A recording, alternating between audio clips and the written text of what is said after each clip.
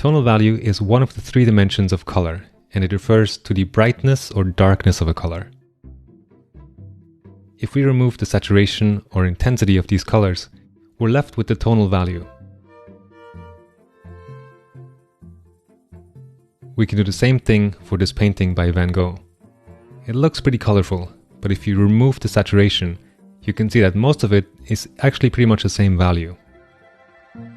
For your brain, value is by far the most important aspect of color when it comes to understanding an image. We can change the saturation here and push it way over the top, or we can desaturate the image. In both cases, you can still understand that this is a portrait.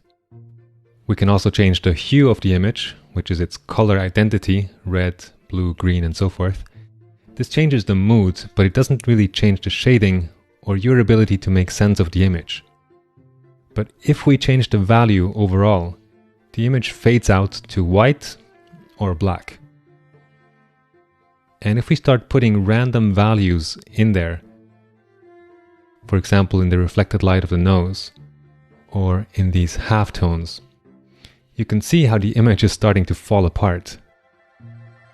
Remember this, value change equals form change. Value change equals form change, so your ability to shade is based on your ability to manipulate tonal values. Here's another important quality of tonal values. The way we perceive a value depends on its context. In other words, a value changes depending on the value that's around it. Look at these two squares. Let your eyes adjust for a moment. Can you see that the one on the right appears darker?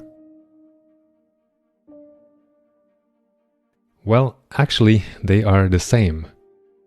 This still looks like a gradient, so let's use a flat background. And you can see it's all one tone. So values are relative, based on their context. But not only this, values are also relative based on your brain's interpretation of the image. Which area looks brighter to you here, A or B? To me, B looks brighter. Well, they are the same. B is inside the cast shadow, so your brain interprets it differently than A. This is an optical illusion, and the same thing will happen to you as you draw or paint. You will misjudge values. The solution to this is to work with value relationships rather than trying to match a particular value in the model or reference. More on that later. The last concept I'd like to explain here is local value. The local value is the average brightness of a material. In this case, the white marble of the left image has a similar local value to the clay vessel in the middle image. The sculpture on the right has a much darker local value.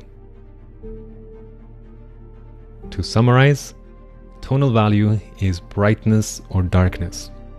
Values are relative, and different materials have different local values.